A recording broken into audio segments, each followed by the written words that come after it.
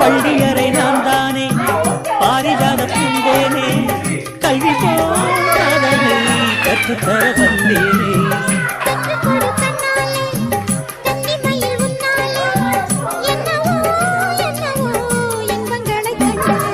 பருவக் கனவு பிறக்கும் பொழுது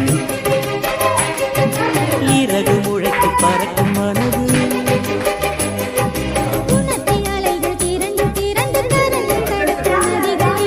இமைதானே கண்ணை சேர்ந்தது எந்த இளநெஞ்சை சேர்ந்தது செம்பருத்தி செம்பருத்தி பூவை போல பெண்ணொருத்தி